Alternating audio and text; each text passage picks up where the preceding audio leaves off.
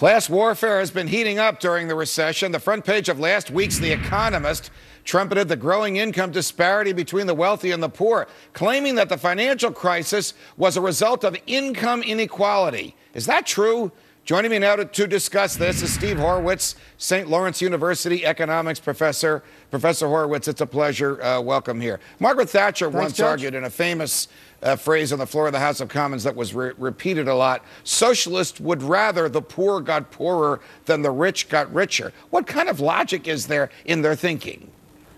Well, I think she had a point there, but for me, the question is, if we want to have more equality, as many on the left do, sort of at what price are we going to get that equality? In particular, if aiming at more equality means that the lives of poor people get worse off, is it really worth it? And conversely, if we have a society in which income inequality grows, but it grows in such a way that the poor keep getting richer, even as we have perhaps more inequality, isn't that a better world to be? Don't we ultimately care about how well off the poor are doing? You have recently pointed out in a brilliantly written article that the poor are far better off than they were 30 years ago today.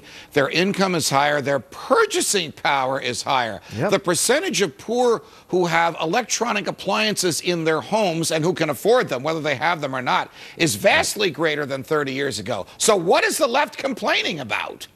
I think that's a good question. And when you look at the data and you look at the poor households in the United States, and these are households below the poverty line, are more likely to have things like refrigerators, stoves, other appliances in their homes than the average American did 40 years ago. And when you throw on top of that the fact that new items like microwave ovens and cell phones are now, the half poor households had cell phones. In 2005, right, those things weren't even available in 1975. Why do fallacies like the difference between the rich and the poor makes the poor worse off? Why do fallacies like that persist? I mean, even Ralph Nader, of all people, wrote a book recently entitled "Only the Super Rich Can Save Us," because their wealth is going to provide jobs for everybody else. Well, I think at the bottom of that is a sort of idea that market economies are zero-sum games, right? That if rich people get rich, it must be because they're taking it from someone else. And the idea that economic interaction in a marketplace is positive-sum, that is, by the rich getting richer, they also enable the poor to get richer. That's the insight that I think most people miss and that frequently gets overlooked. And many on the left, and many who are pointing out these problems where they believe that as the rich get richer, the poor get poorer, I think are falling for that fallacy. And what sort of reaction was there to your article on the left? They hate you for it. Well, so yeah, they don't like it, and it's hard. And some pointed out some important. I think there's the data that I was using. There are multiple interpretations of it. But I think if you look over time consistently, there's no doubt about two things. One, income mobility, the ability to start poor and get richer, is alive and well. Right. Even between 1999 and 2007, 60% of poor households moved up at least one quintile, at least 20%, and half of those moved up into the middle class or higher. That's true. And as you were saying before, Judge, the real lived lives of the poor. What do they have in their houses? What can they consume? What can they afford to buy? It's not even better than the poor 30 or 40 years ago. It's better than the middle class was back then.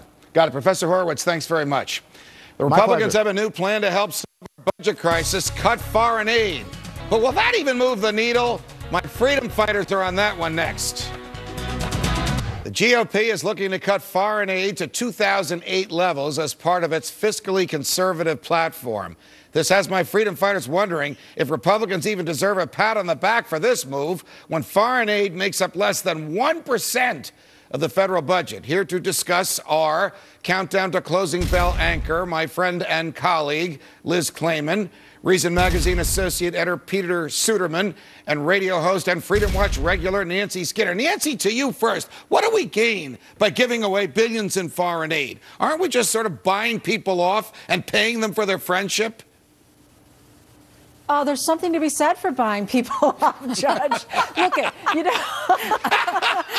as opposed to fighting them, Look, it is a tiny fraction, and it's like canceling your gym membership and eating fast foods, but you're going to pay for the major surgery because the alternative is war. And I think the Middle East is a case in point right now with Egypt and the aid there. The reason is we have diplomatic relations we have intelligence agencies that act through State Department. That's no big secret. Right. So our eyes and ears are on the ground. And to be able to prevent these things is far better. Prevention is far worse than going to war, which was a $2 trillion exercise. I mean, this is a tiny fraction, and it's a dangerous world, and we need to be preventing the wars. And that's what this foreign aid and State Department aid does. Do you accept that $33 billion a year in tax dollars can go to foreign despots? Or, stated differently, does it make sense for the Republicans to say we're going to cut this when it's so minuscule that it's almost immeasurable compared to a $4 trillion budget? Judge, stop with the rounding errors. You know, every time somebody proposes some type of cut, they say that's just a rounding error. We have to start somewhere. 33 billion's a rounding error. Look, it's reasonable. My dad used to always say, do what is reasonable. And going back to 2008 levels might very well be. However, you don't summarily just cut off aid, but you do look at where it's going. Do you really want to give it to Hamas and what's running? Was the $30 billion that we have given to Mubarak worth it? Look, when you buy your friends, you get what you pay for. And so that's what we've been doing here. And in the short term, Egypt has helped us advance our interests in the Middle East. But in the long term, it's created a huge diplomatic problem for us. Because right now, we're funding Mubarak, and we've bought the weapons that he has out on the streets pointed at protesters. With Mubarak out here, if the protesters take over, depending on who's next, that's going to be a real diplomatic problem for us in the long run. Very interesting argument, Nancy. I want you to address that. Might we actually be making matters worse if we can't control what the countries to whom we give foreign aid do with the foreign aid? They don't give it away as welfare. They enrich their leadership, and they buy military hardware with it, right? Well, you know, that's the military-industrial complex that Eisenhower warned us of. Yeah, we do have to be careful that it just doesn't fall into corrupt hands. A lot of the aid that went to Iraq was lost. Absolutely. I'm not about wasting money, but, you know, we have nuclear-armed Pakistan and India. And if this money is spent to, as I think we did, to westernize these countries and open them up to the internet and all the mobile technology, then that is invading them with communication waves, and free information is the most powerful thing we can do. The military budget was $700 billion, and we're talking about $30 billion to prevent and have diplomatic relations. I think that's a bargain. Okay, you're an inside the Beltway guy. Can Mitch McConnell, the leader of the Republicans in the Senate, can Speaker John Boehner, the leader of the Republicans in the House, with a straight face claim that they're saving money with this rounding error? Well, we're going to cut $33 billion down to 15. Big deal. There needs to be cuts bigger than that. It's not going to solve our deficit problem, but you have to start somewhere. The less foreign aid, the better. Billions of dollars. It's still enough that it matters. All right. Do Democrats take this seriously, or do they mock the Republicans? Well, I'm not sure they do. I mean, Bill Clinton spent more floating Egypt and some of the other countries in the Middle East than Herbert Walker Bush or George W. It's just that you look at each president, and it tends to increase in certain countries. And this is issue. You don't want another Imelda Marcos closet. And if it means that you cut back everybody a little bit, that's okay. All right, switching gears. Oil prices have surged since the crisis in Egypt erupted. Meanwhile, the stock market had a terrific rally today, closing over 12,000. Why the disconnect, Ms. Clayman? Well, I think people are getting used to it. Plus, the economy has stabilized just a bit. People's 401ks have come back. Their pensions have floated just a little bit better. And so they are comfortable paying a bit more. The question will be, what if we get to above $4 a gallon?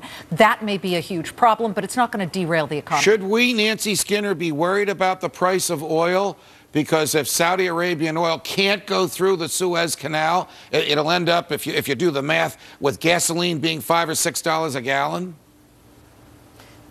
In the short term, no. I mean, because they want the money. So that's in their interest. But the big elephant in the room, Judge, is that this is our biggest long-term crisis, because Saudi Arabia doesn't have the oil to fuel this exploding developing world. We only have 3% of proven oil reserves. Climate change, the Pentagon, and everybody else is saying it's the biggest threat, because this is causing food prices to rise. This is causing what is causing food prices to rise? The riots in Egypt, or the fact that oil's going up? What are you saying?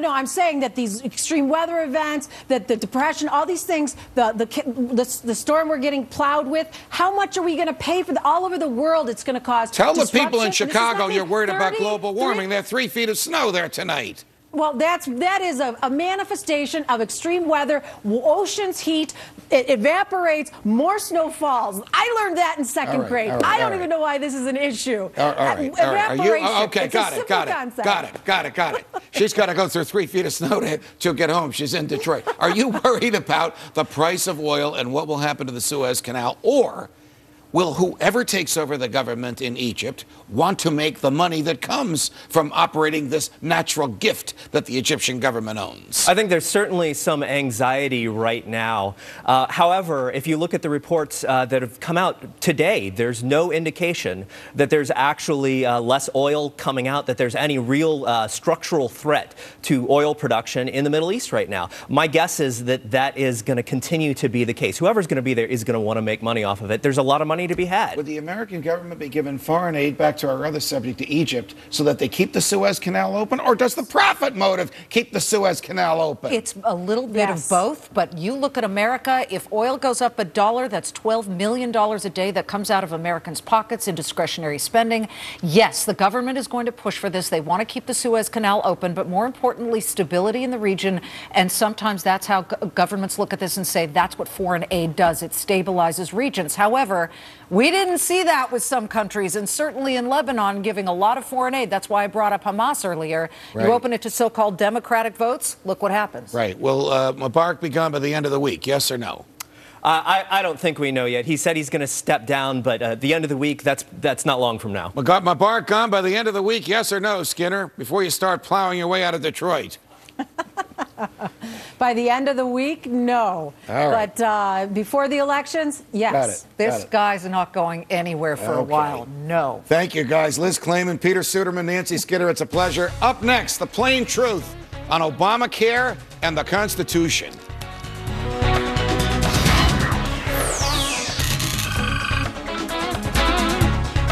Does the government work for us, or do we work for the government?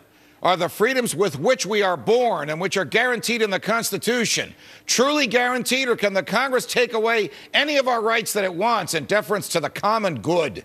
Tonight, health care and the Constitution. About a year and a half ago, at the height of the then-raging health care debate, I interviewed Congressman Jim Clyburn, then and now the third-ranking Democrat in the House of Representatives, and I asked him where in the Constitution the federal government has the power to regulate health care. He replied by saying that most of what Congress does is not authorized by the Constitution. Take a listen. Where in the Constitution is the federal government charged with maintaining people's health? Well, there's not in the Constitution. There's nothing in the Constitution that says the federal government has got anything to do with most of the stuff that we do. All right. Also at the height of that debate, when then Speaker of the House of Representatives Nancy Pelosi was asked by a reporter if the federal regulation of health care is constitutional, she asked the reporter if he was asking a serious question. Take a listen. Madam Speaker, where specifically does the Constitution grant Congress the authority to enact an individual health insurance mandate? Are you serious? Are you serious? Are you serious? Yes, Madam Speaker. Is it any wonder that we cannot rely on our elected representatives to uphold the Constitution, a document that they have sworn to preserve, protect, and defend?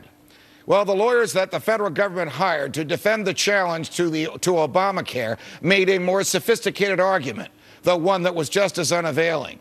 The issue is whether the federal government can force anyone, as a condition of living in the United States, to purchase health care insurance. The government lawyers arguing on behalf of the president, Mrs. Pelosi, Congressman Clyburn, and others in their defense of this law told federal judge Roger Vinson that because the Constitution authorizes the Congress to regulate interstate commerce, Congress can compel the purchase of health care insurance coverage. They argued that each person's use of health care services, though minute and even immeasurable when compared to the whole, is part of a major industry, and that industry impacts interstate commerce and thus is regulable by the Congress. The lawyers for the 27 states and the private individuals and companies that have challenged this law argued that the decision not to purchase health care is not a commercial activity. Stated differently, the power to regulate interstate commerce does not encompass the power to force people to engage in interstate commerce. Were this not so, then nothing would prevent the Congress from forcing us to exercise every day, or eat broccoli 3 times a week, or stay out of the sun. All good things to do, but none of them any of the concern of the government, and none of them given to the feds to regulate under the Constitution.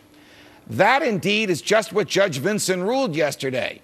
If the Congress is not authorized to write a law, whatever merits it has cannot save it. Senator Harry Reid can squawk all he wants about children and the poor and health care. The Constitution simply does not authorize Congress to exceed the authority it has granted them. This is not judicial activism by Judge Vinson. It is judicial salvation of our freedoms. Without judges like Judge Vinson, who obviously have far more fidelity to the Constitution than Mrs. Pelosi or Congressman Clyburn, nothing would prevent the Congress from taking whatever freedom or property it wants. Thank the framers for a judiciary faithful to the Constitution. Tomorrow, a great defender of the Constitution, Senator Jim DeMint, and a great defender of the free market, Senator Pat Toomey, here on Freedom Watch. From New York, defending freedom every night of the week. So long, America.